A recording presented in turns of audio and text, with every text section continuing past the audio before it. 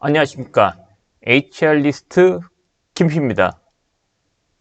안녕하십니까. HR리스트 김희입니다. 오늘 이야기는요, 뭐, 듣는 사람에 따라서는 시의적절할 수도 있고, 듣는 사람 중에서 좀 불편한 이야기 될 수도 있는데, 그래도 한 번쯤은 올해 가기 전에, 이 12월에, 오늘 날짜가 12월 21일인데요. 지금 시점에서는 한 번쯤 곰곰이 생각해야 될 그런 이슈를 이야기하고자 합니다.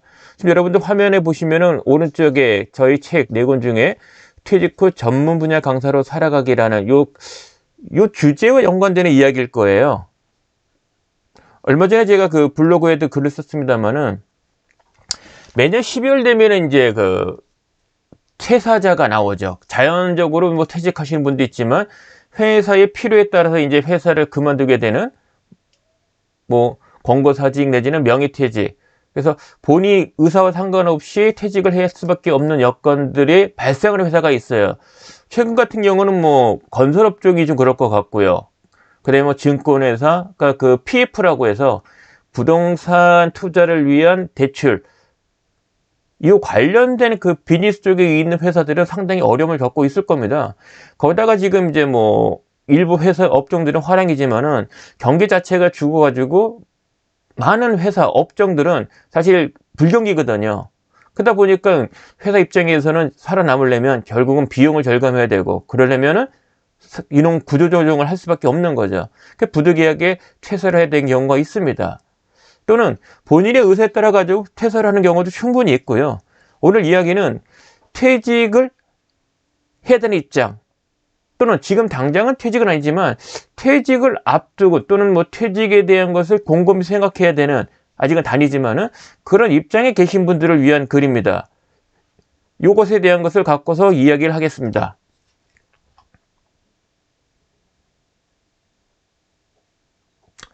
뭐 슬픈 얘기지만은 11월에 임원 인사가 있고 CEO가 바뀌거나 이제 사업에 대한 조직 개편, 사업 구조 조정 뭐 이런 것들이 있을 거예요. 그에 따라서 이제 11월부터 12월 거쳐가지고 새로운 사업 계획에 따르는 조직 개편, 뭐 사업 재편 이런 걸 통해 가지고 이제 퇴사자가 생기게 됩니다. 어쨌거나 그 다니던 회사를 그만둔다는 거는 뭐 자이든 타이든 사실 쉬운 건 아니죠. 그죠? 근데 타이에서 그만둘 수밖에 없다 그러면 이건 또 더욱더 마음이 무거운 상태일 겁니다. 근데 지금은 이런 관점을 좀 보실 필요가 있을 것 같아요.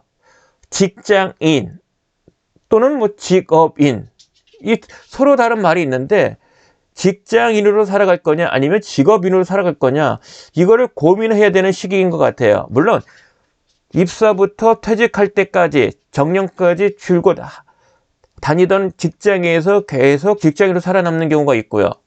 또 하나는 회사에 다니지 않고 자신이 속한 특정한 업을 하면서 살아가신 분도 있을 거예요. 직장인이라 하더라도 하나의 회사에서 쭉 다니신 분도 있지만 현 직장에서 다른 직장으로 옮겨서 계속 직장인으로 살아가시는 분도 있을 겁니다. 그래서 하나의 그 직장에서 다른 직장으로 옮겨가는 거는 요즘 같으면 통관의례인 것 같아요. 특히 요즘 세대 같은 경우는, 젊은 세대 같은 경우는 적어도 일생에 있어 직장인으로 살아가는 동안에 여러 차례의 직장을 바꾸는, 자기의 그 몸값을 올리는 그런 계기를 마련하는 것을 당연하게 생각하는 그런 또 세대가 등장을 했습니다. 근데 자의에 의한 퇴사가 아니라, 퇴직이 아니라 타의에 의한, 회사의 필요에 따라서 퇴직하는 경우라면은 이 되게 40대예요. 근데 40대의 그 퇴사할 때 스트레스 뭐냐면, 제가 말 중에 지금 퇴직 또는 퇴사라는 말을 쓰는데, 이거는 다니던 직장을 그만둔다는 의미에서 퇴사나 퇴직 같은 의미로 지금 해석하시면 되겠습니다. 이 그만둔다는 것은 상당히 그 힘든 거예요. 특히 결혼하고 나서 자녀가 생기고 자녀가 좀 학교에 다니는 그런 40대 중반부터가 되면은 사실 자녀 교육비가 적지 않거든요. 계속 증가하는 그런 시점이란 말이에요. 근데 이때 다니던 회사를 그만둔다고 하면은 사실 가정 입장에 보면은 큰 돌발 변수가 생기는 겁니다. 그러다 보니까 많은 직장인들이 직장보다는 이제 직업을 중시한다고 합니다.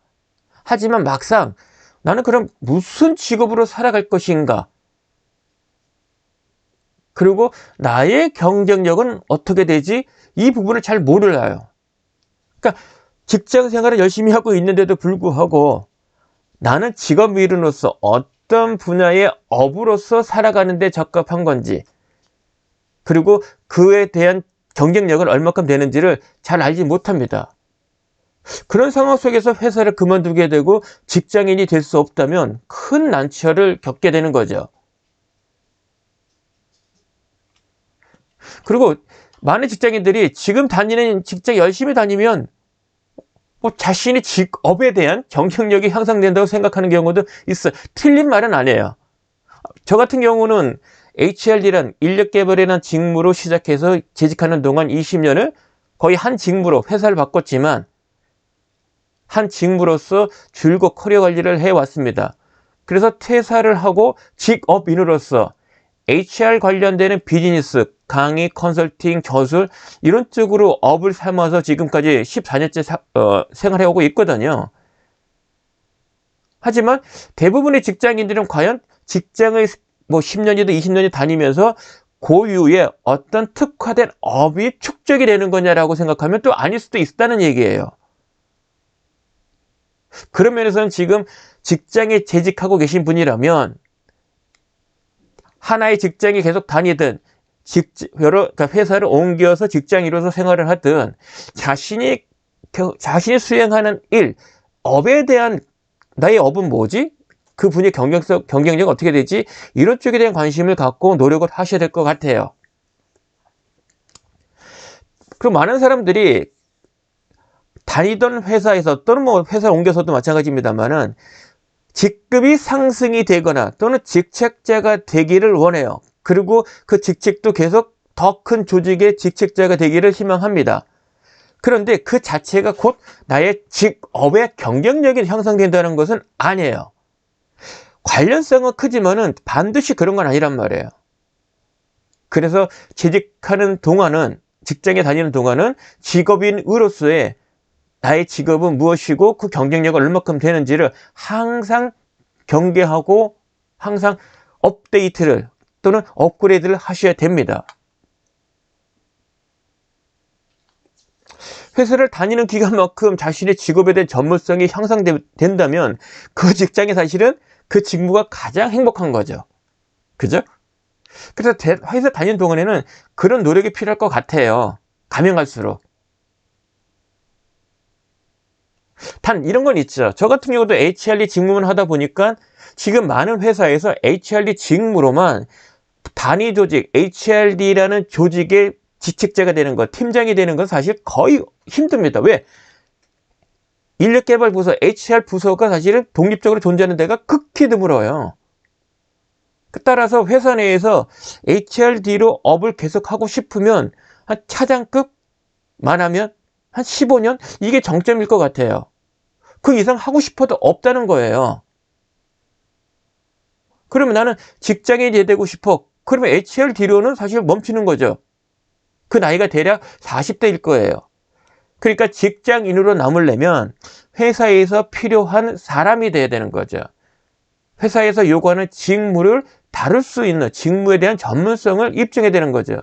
그런데 HRD로는 15년 차까지는 거의 정점이란 말이에요. 그 이상 다니고 싶으면은 HRM이 돼야 되는 거죠. HR 부서장이 돼야 되는 거죠. 그런 고민을 이제는 하셔야 돼요.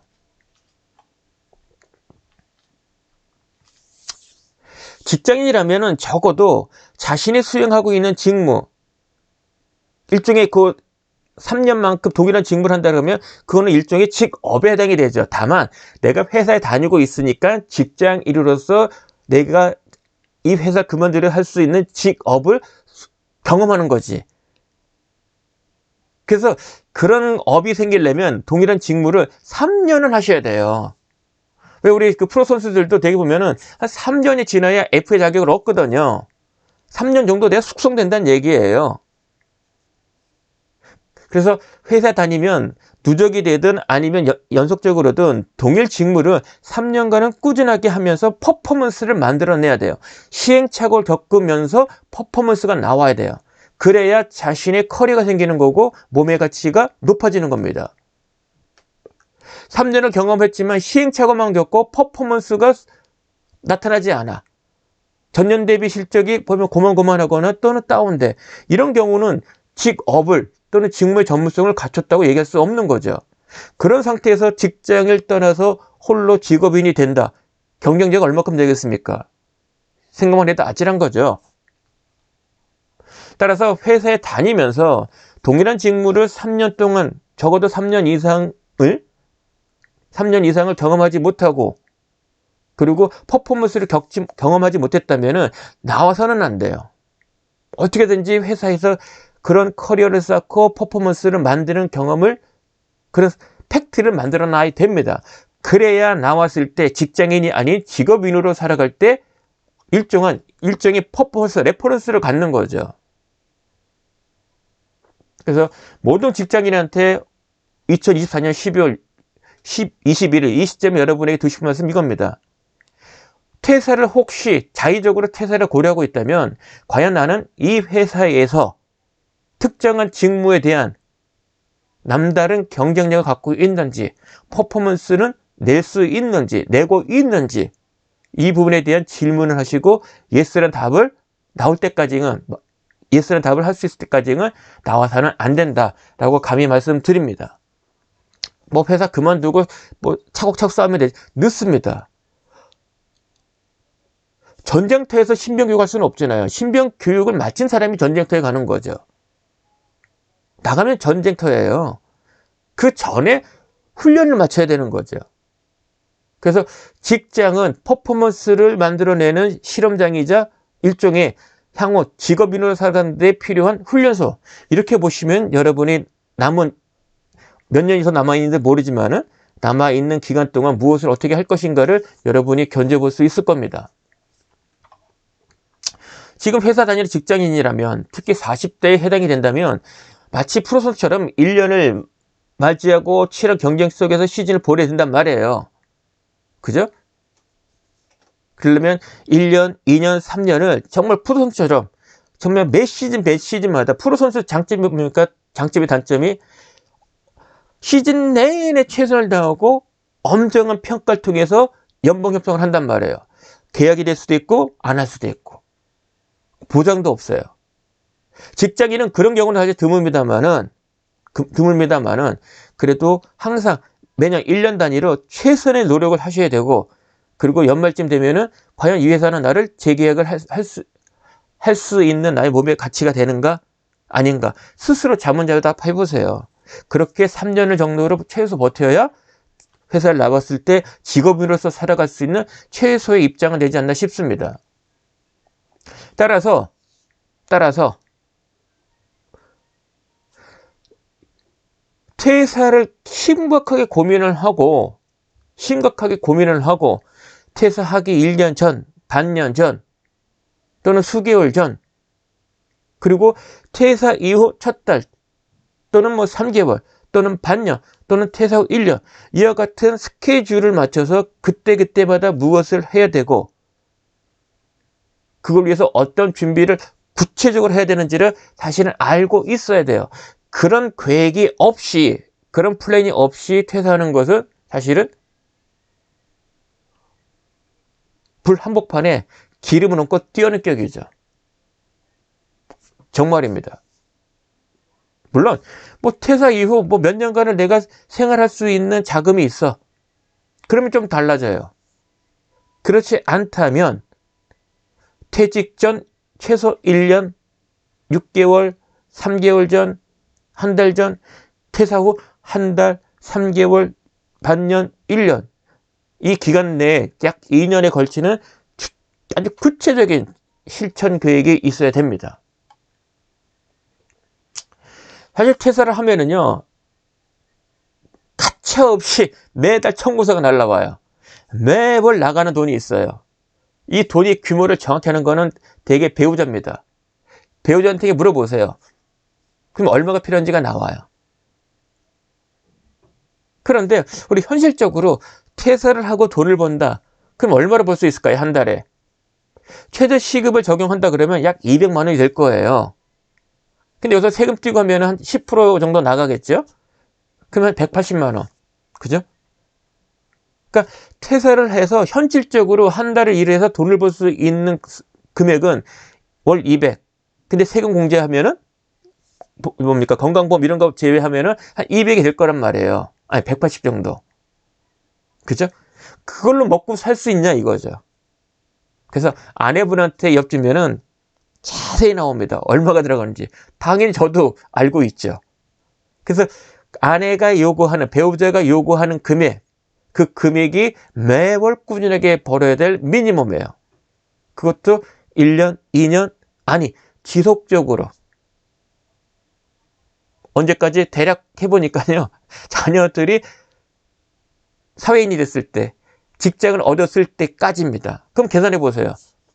되게 남자라면 군대 1년 반 갔다 오니까 26 정도 되겠죠. 근데 요즘은 한 1년 또 재수를 해요. 취업 재수를. 그럼 한 28?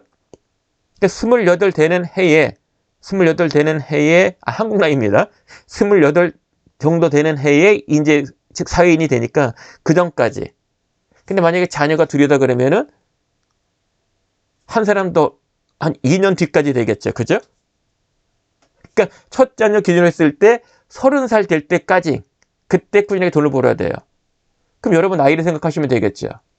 못해도 40대 나온다 그러면은 맥스 20년? 한 25년? 그 정도 될 거예요. 25년, 뭐 그 이상은 안 될 겁니다. 맥스 25년 밑에 20년에서 25년 정도를 꾸준하게 매달 배우자가 원하는 금액을 마련하셔야 돼요. 그래야 지금 현상이 유지된다는 겁니다. 현상이. 적금이 되는 게 아니라.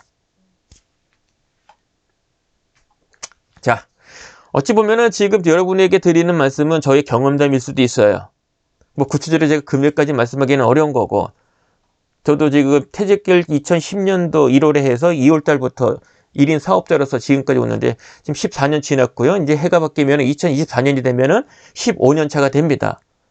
그럼 15년이니까 60개월인 15년 차 120개월에 60개월 180개월이 되네요. 180개월. 140개월 동안 매월 돈을 번 겁니다. 그리고 뭐 아직까지는 그래도 좀 버틸만은 합니다. 근데 그렇다면 이 시청을 이 동영상 보신 여러분은 과연 180개월 동안에 배우자가 원하는 금액을 나는 꾸준하게 벌 수 있는가? 그건 이제 여러분이 심각히 고민하십시오. 올해 가기 전에 한 열흘 정도 남았고요. 또 연초까지 해서 그렇지 고민해 보세요. 이 질문에 대한 고민은 직장인도 마찬가지예요. 직장인도. 그래서 직장인에게 팁을 드리면요. 이런 팁 드릴게요. 제가 그런 경우 했는데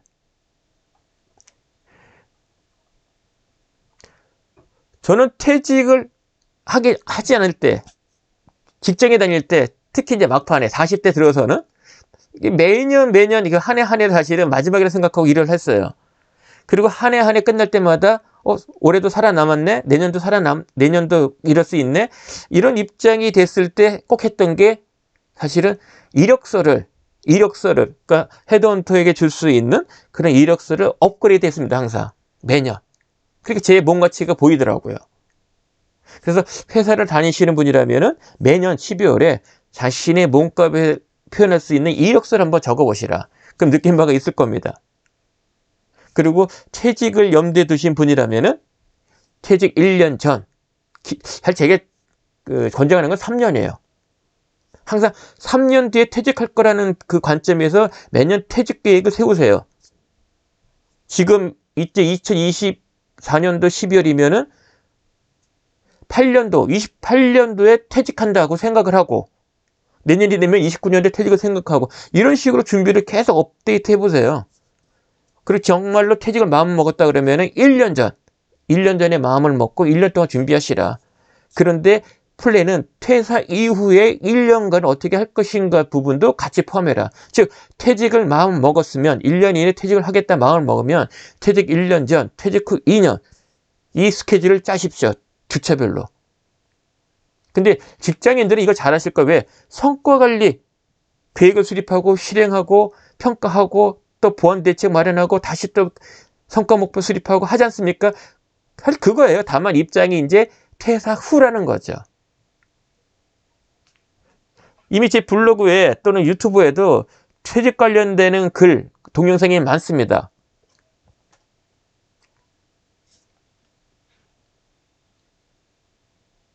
그래서 이번 동영상, 그런데 제가 링크를 걸어 놓을 거예요. 유튜브, 네이버 블로그, 이 블로그 글 주소를 제가 지금 URL을 걸어 놓을 겁니다. 가서 보시면 지금 보여드리는 퇴직 관련되는 글들이 지금 많이 있어요. 그 동영상도 있습니다. 제 거. 그래서 퇴직을 앞둔 시점에서, 그리고 제 블로그에 가서 검색을 하시면은 이렇게 이걸로 검색하시면 제 글들이 떠요. 그리고 동영상도 일부 있는 거고요. 그래서 제 네이버 블로그 HR 리스트 꼭 가보시라.